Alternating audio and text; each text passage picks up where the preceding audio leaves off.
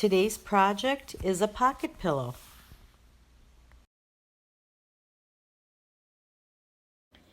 Okay, you're going to need 3 contrasting pieces of fabric. For the ones that we're going to do today, I have a flamingo print, which will be used for the background and the main pillow form. There will be 3 pieces of this, one 16 by 16 and 2 13 by 16 pieces. This is a liner fabric, the black with the white dots.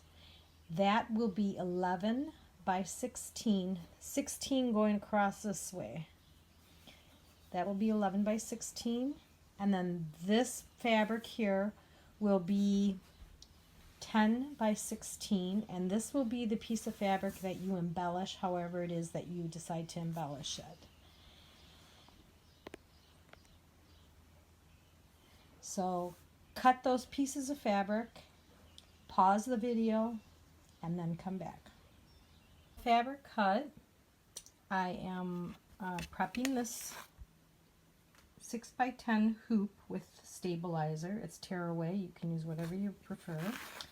I'm going to put the white quilt on top. This is the piece of fabric that's the front of the pocket, and this is what I'm going to embellish. I'm going to put a applique flamingo and just some words on it. I prepared the file and have it on a USB. I will transfer it to the embroidery machine. Okay, I have the hoop in my embroidery machine. I have the file prepared. I've got it centered on my quilted material. I just have this material floating on top, which means it's just sitting on top. Now the first stitches that it will stitch will be the flamingo feet and the word flamingo, or excuse me, flamazing. I have prepared a file, and I'll show it to you from what you can see. That's what it's going to look like. It's going to be flamazing. And this is going to my sister for her birthday. And so I'm going to stitch those, and then I'll continue with the video. I like to press all of my fabrics, and so that's what I'm doing while the first step of the embroidery process is taking place. And I am taking the 2 smaller pieces of the main pillow form fabric, and I'm going to fold one long edge over and then over again, and then I'm going to top stitch this. This is going to overlap each other, and this is going to be the envelope for the back of the pillow so that you can have access to your pillow form. The first step of the embroidery file has been completed. Now what will happen next is it will stitch out the body of the flamingo where I need to place fabric, and it's called a placement stitch. So it's basically just showing me where I need to put the fabric and make sure it's all covered up. And in the meantime, I have prepared the fabric that I'm going to utilize for the bird. It's kind of a hot pink, and I've stabilized it with some fusible fleece. You can use interfacing, you can use just stabilizer. This just happened to be something I had sitting on my table because I had used it for a different project, and so I'm using that today. And so I'm going to stitch the placement stitch, and then I will come back. The placement stitch is finished, and so now what I'm going to do is I'm going to place this fabric over that stitch, and what it will do next is it will baste it together, and when it's done basting, I'm going to take it out of the hoop. Not take it out of the hoop, I'm going to take the hoop out of the machine, and then I'm going to cut on the outside of that basting line so that when it does a satin stitch, it can get all the edges nice and clean. So that is our next step. Excuse me, the basting stitch is finished. So now I'm going to take this hoop out of my machine, and I'm going to cut on the outside edge as close as I can get to the stitching line without snipping the back fabric. So you got to kind of be careful. And then when I'm done with that, it will satin stitch this, and we'll move on. I'm finished cutting the fabric around the edge of the applique, and now the next step will be to satin stitch that edge down so it looks nice and neat and professional. And so I'm going to have the machine do that now, and we'll move on to the next step.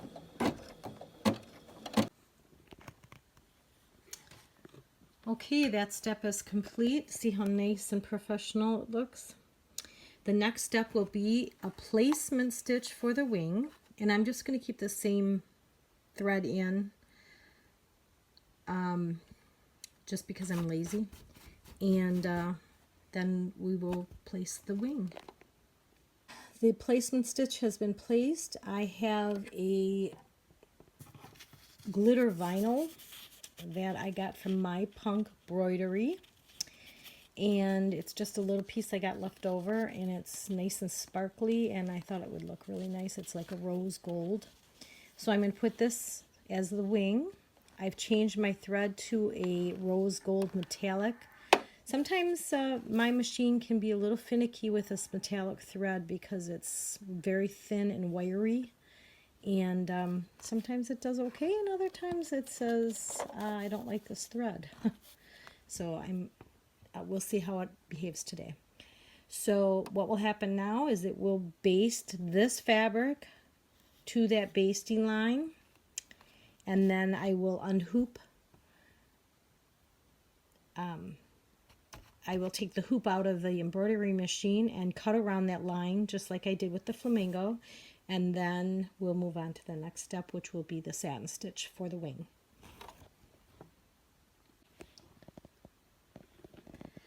I have cut the fabric around the basting line.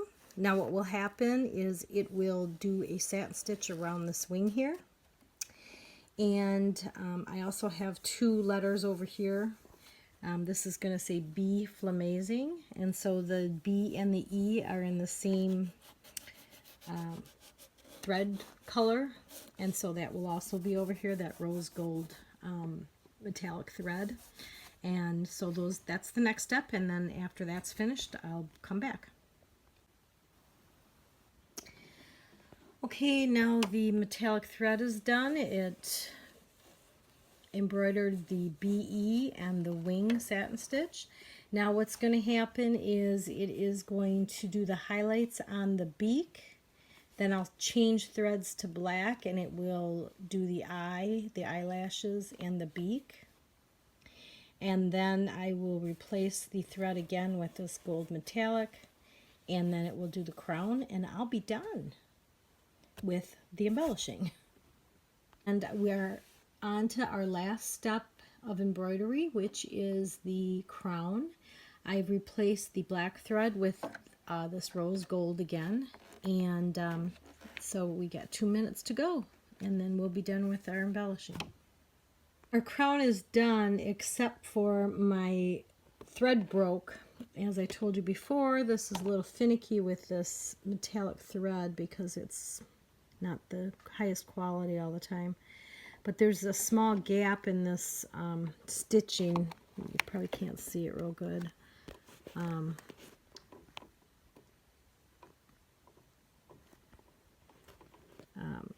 Right here.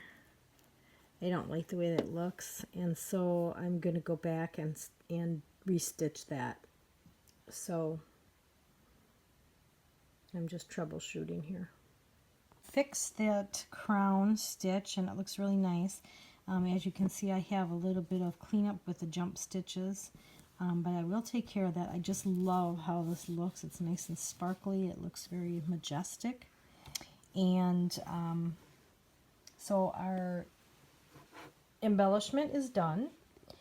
It seemed like a pretty easy project. There's very few color changes in this, but it still took, you know, a good 45 minutes. So now we will move on to assembly, and hopefully that won't take too long if my machines work the way they're supposed to. Now we move on to assembly. We have the embellished piece of fabric face up.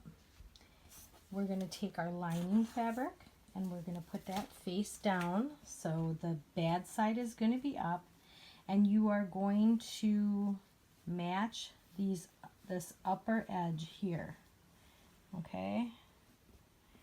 And you're going to sew a stitch across this. You're going to sew it together, and then when we're done with that, we are going to press it, and we'll go on to the next step. I have sewn the two pieces together, and I used about a 1/4 inch seam allowance, and I am going to press this seam up towards the lining, and then I'm going to top stitch it down. I'm going to turn it over, and then I'm going to top stitch this, just probably about 1/8 of an inch on the black side of the ditch. Okay, we top stitched that, and the next step will be we are going to put wrong sides together, and we're going to match this bottom edge with the bottom edge, and we're going to pull it together. We're going to press this, and as you can see, the liner is just a little bit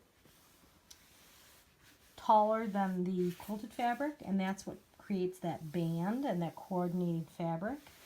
And then what we're going to do is we are going to take the 16 by 16 main fabric, and we are going to baste these together, and I'll show you how that's done. All right, we've got our main fabric here. This is a 16 by 16 inch piece. We've got that face up, and then we've got our pocket with the liner face up. And what we're going to do is we are just going to baste here to here and here to here. And then when that's done, we're going to put the front to the back, and we will be done.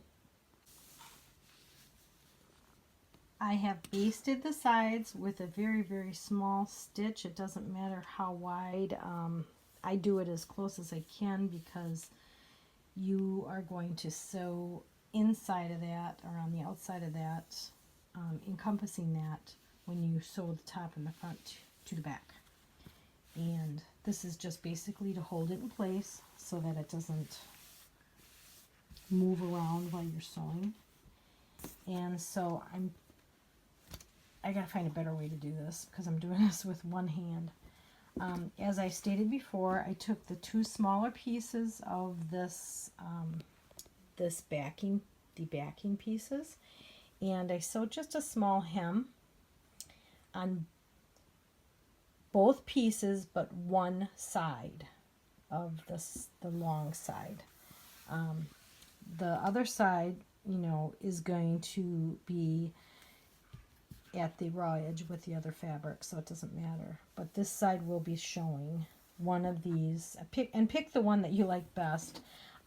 Unfortunately, when I did it, I had black bobbin in my machine and didn't realize it until after the fact, and sewed it like this.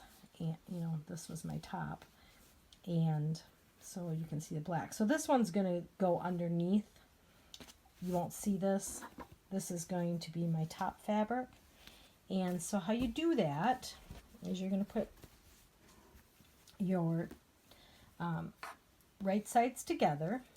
And this is the one that I want to show on the outside. So this is going to go down first. And you're going to place one kissing the raw edge on this side, and the other one kissing the raw edge up on top. And then what you're going to do is you are just going to sew around the whole square. And you are done, my friend. You just got to put a pillow insert. And boom, done. You did it. Our pillow form has been sewn on all edges. And it is time to trim the corners. Just slice them. Make sure you don't hit this thread though. Just slice the corners. If you have a serger, you can serge this. You can zigzag stitch it to keep it from fraying. There are many ways that you can do it. I am just going to snip the corners and turn it inside out because my sister is not a child. So I don't think there's going to be a lot of abuse with this pillow. It's probably going to sit on the couch or on her bed as a book pillow. She's an avid reader, so I'm not going to worry about it because I'm just not. So I'm going to go get a pillow form and put it in, and then I'll take a picture of it and add it to the video.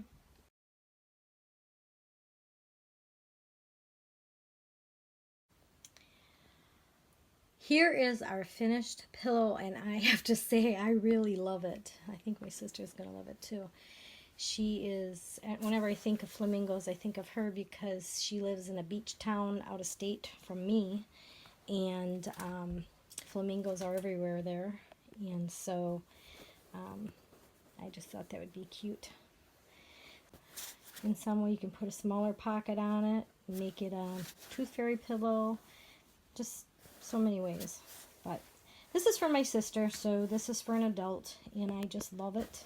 I love the contrasting colors, and I think she's going to love it too. So, thank you for watching, and subscribe.